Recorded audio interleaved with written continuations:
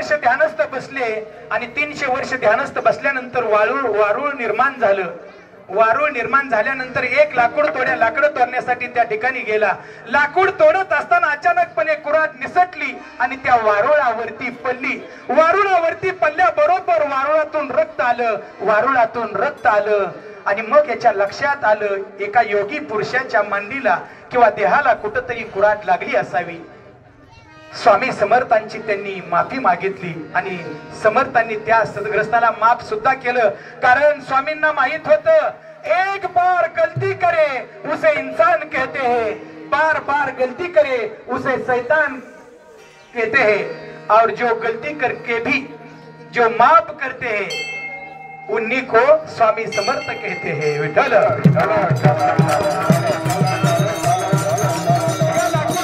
माफ केलं आणि मग स्वामी समर्थ त्यानंतर फिरत आपला प्रवास चालूच होता त्यांचा. केदारनाथ, गिरनार पर्वत असे भरपूर ठिकाण ते फिरून झाल्यानंतर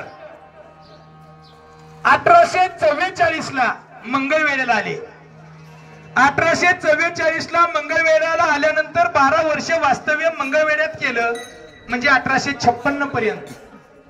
56 ला त्यांना वाटलं की आता आपण इथून हलावं, कारण साधूने एका ठिकाणी थांबायचं नसतं. तिथून ते पंढरपूरला आले. पंढरपूरला भगवान परमात्म्याचं दर्शन घेतलं आणि मोह मार्गे अक्कलकोटला गेले 1857 ला. 1857 ला त्या ठिकाणी गेल्यानंतर त्यांचा आवडता शिष्य चोळप्पा त्याच्याकडे वास्तव्याला राहिले. तिथं 22 वर्ष म्हणजे समाधी घेईपर्यंत त्या ठिकाणी त्यांचं वास्तव्य होतं. आणि काय अलौकिक चमत्कार त्या ठिकाणी घडले. आणि आता सुद्धा जे सेवेकरी या ठिकाणी उपस्थित आहेत यांना सुद्धा खरंच अनुभव चांगला आलेला असणार. कारण का मी तर 2 महिना भिशे महाराजात तशा आरतीला येतोय. माझ्या मनामध्ये सहज आलतं असं की मला स्वामी समर्थांची सेवा करण्याची संधी कुठतरी भेटायला पाहिजे असं मनामध्ये यायला आणि संधी प्राप्त व्हायला. म्हणजे स्वामी समर्थ म्हणतात भिवू नकोस, मी तुझ्या पाठीशी आहे. विठ्ठल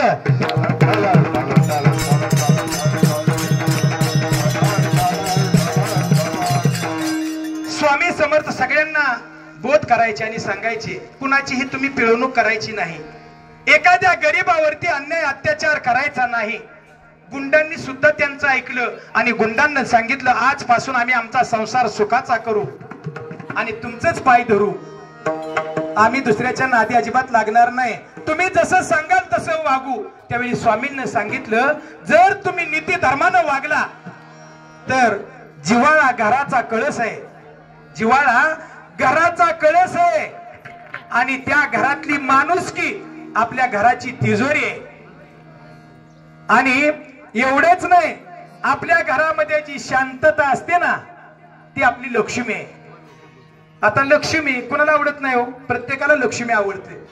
आपण दिवाळीला लक्ष्मी पूजन करतो का पैसा पूजन करतो? लक्ष्मी पूजन. पैसा पूजन कधी म्हणत नाही, कारण पैसा येतो कधी अनितीनं. रात्री 12 वाजता सगळे झोपल्यानंतर मागच्या दारानं जो येतो तो पैसा आणि दुपारी 12 वाजता बँड बाजा वाजवून समोरच्या दारानं येते ती लक्ष्मी. विठ्ठल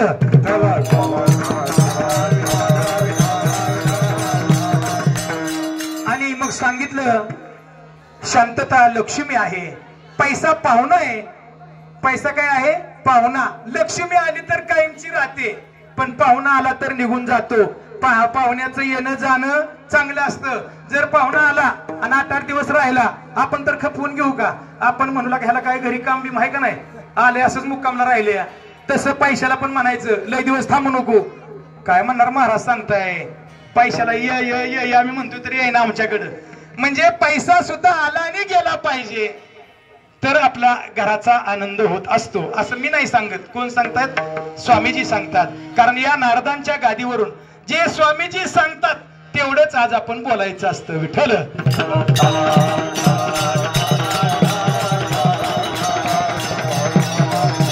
स्वामीजी सांगतात आपल्या जीवनामध्ये जर आपल्याला यशस्वी व्हायचं असेल, आपलं चांगलं जीवन जर आपलं जावं असं वाटत असेल तर वाचिक पाप, मानसिक पाप आपल्याकडून नाही घडलं पाहिजे. वाचिक पाप म्हणजे काय हो? आपल्या वाचेनं दुसऱ्याला काहीतरी म्हणणं त्याला म्हणायचं वाचिक पाप. एखाद्यानं चांगलं काही केलं आपण म्हणणार काय तर एखाद्या सांगावं बोर्ड बॅनर लागावा पहिला नंबर आला 10वीत लगे आपण म्हणायचं कशाचं काय कॉपी करून झालं असेल अरे काय करायचंय त्याला म्हणायचं वाचिक पाप.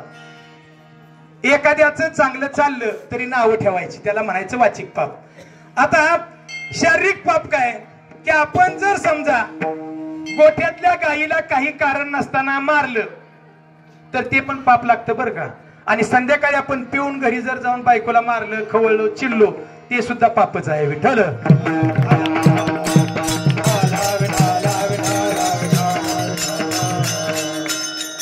आता या वाचिक पापामध्ये आपण बोलण्यामध्ये जर समजा दुसऱ्याला काय वाईट वाटलं तर त्याचं पाप आपल्याला लागतं. आणि मानसिक पापामध्ये काय दुसऱ्याचं बघून जलनशी होणं जळजळ होणं त्याला म्हणायचं मानसिक पाप.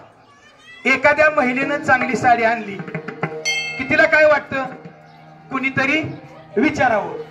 मग एका महिलेनं समर्थांचा कार्यक्रम आहे म्हणून 10,000ची साडी आणली. कितीची साडी आणली म्हणा की 10 कुठं मला तर द्यायची तुम्हाला तर घ्यायची. 10,000ची साडी आणली. कार्यक्रमाच्या आदल्या दिवशी सगळ्या गावात बिचारी फिरून आली पण कुणीची विचार नाही कितीला साडी आणली. आणि महिला भगिनींची इच्छा काय असते आपल्याला विचारावं. आता कुणीच नाही विचारावी इतकी रागा वैतागानं आली पाय आपटत आली घरी आणि घराजवळ आली आणि काळी कुत्री तिथे झोपलेली होती. तिच्या शिपटीव पाय दिले म्हणजे कुणीच विचारलं नाही. तिच्या शिपटीव पाय पडला असं ती म्हणली कवा कवा ती म्हणली कालच आणली ही मगाशीच विचाराय पाहिजे होतं. विठ्ठल